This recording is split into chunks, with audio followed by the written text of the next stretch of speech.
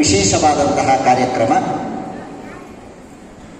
ನಮ್ಮ ನಾಡಿನ, ನಮ್ಮ ದೇಶದ ಹೆಮ್ಮೆಯ ವ್ಯಕ್ತಿಯಾದಂತಹ, ತಮ್ಮೆಲ್ಲರಿಗೂ ಚಿರಪರಿಚಿತರಾದ, ಪ್ರತಿಯೊಬ್ಬರ ಮನಸ್ಸಿನಲ್ಲಿಯೂ ಪ್ರತಿಯೊಬ್ಬರ ನಾಲಿಗೆಯಲ್ಲಿಯೂ ಇರುವಂತಹ ಒಂದು ಹೆಸರು ಅಂದರೆ ಶ್ರೀಮತಿ ಸುಧಾ ನಾರಾಯಣಮೂರ್ತಿಯವರು. ಶ್ರೀಮತಿ ಸುಧಾ ಮೂರ್ತಿಯವರು, ಅವರ ಬಗ್ಗೆ ಪರಿಚಯ ಮಾಡಿಸಿಕೊಡುವ ಅಗತ್ಯ ಇಲ್ಲ. ಅವರ ಪರಿಚಯ ಬಹಳಷ್ಟು ಇದೆ.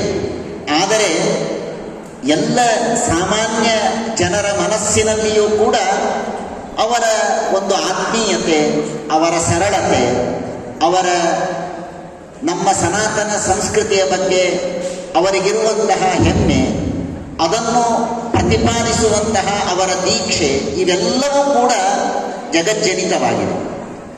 ಎಷ್ಟು ದೊಡ್ಡ ಉನ್ನತ ಸ್ಥಾನದಲ್ಲಿ ಇದ್ದರೂ ಕೂಡ ನಿಗರ್ವಿಯಾಗಿ ನಮ್ಮ ನಾಡಿನ ಸೊಗಡನ್ನು ಎಂದಿಗೂ ಮರೆಮಾಚುವಂತೆ ಮಾಡದೇನೆ, ಹೆಮ್ಮೆಯಿಂದಲೇ ಅದನ್ನು ಜಗತ್ತಿಗೆ ತೋರಿಸ್ತಾ ಇರುವಂತಹ ವ್ಯಕ್ತಿ ಅಂದರೆ ನಮ್ಮ ಸುಧಾಮೂರ್ತಿಯವರು.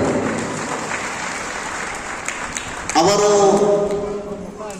ಜಗತ್ತಿಗೆ ಮಾಡಿದಂತಹ ದಾನ, ಸಹಾಯ, ಸೇವೆ ಅದನ್ನು ಹೇಳ್ತಾ ಹೋದರೆ ಅದರ ಲಿಸ್ಟ್ ಮುಗಿಯೋದಿಲ್ಲ. ಅವರು ಬೇಡ ಅಂತ ಅಲ್ಲಿಂದಲೇ ಕೈ ಮಾಡ್ತಾ ಇದ್ದಾರೆ. ಅವರಿಗೆ ಸನ್ಮಾನ ಮಾಡುವುದು ಇದು ನಮ್ಮೆಲ್ಲರ ಒಂದು ಕರ್ತವ್ಯ. ಅದರಲ್ಲಿಯೂ ವಿಶೇಷವಾಗಿ ಒಬ್ಬ ಮಹಿಳೆ ವಿದ್ಯಾಕ್ಷೇತ್ರದಲ್ಲಿ ಇಂಜಿನಿಯರಿಂಗ್ ಮಾಡಬಹುದು ಅಂತ ತೋರಿಸಿಕೊಟ್ಟ ಪ್ರಥಮ ಮಹಿಳೆ ಸುಧಾಮೂರ್ತಿಯವರು. ನಮ್ಮ ನಾಡಿನಲ್ಲಿ ಒಂದರ್ಥದಲ್ಲಿ ಮೊಟ್ಟ ಮೊದಲ ಮಹಿಳಾ ಇಂಜಿನಿಯರ್ ಅಂತ ಹೇಳಿದರೆ ತಪ್ಪಾಗಲಾರದು.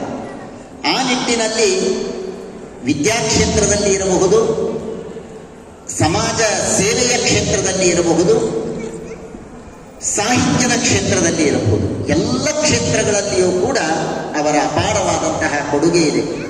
ಅವರು ಒಂದು ಮಾತು ಹೇಳ್ತಾ ಇದ್ರು, ಇಲ್ಲಿ ಕಳೆದ ವರ್ಷ ಇಲ್ಲೊಂದು ಮಹಿಳಾ ದಿನಾಚರಣೆಯನ್ನು ಮಾಡಿದಾಗ ಅವರು ಹೇಳಿ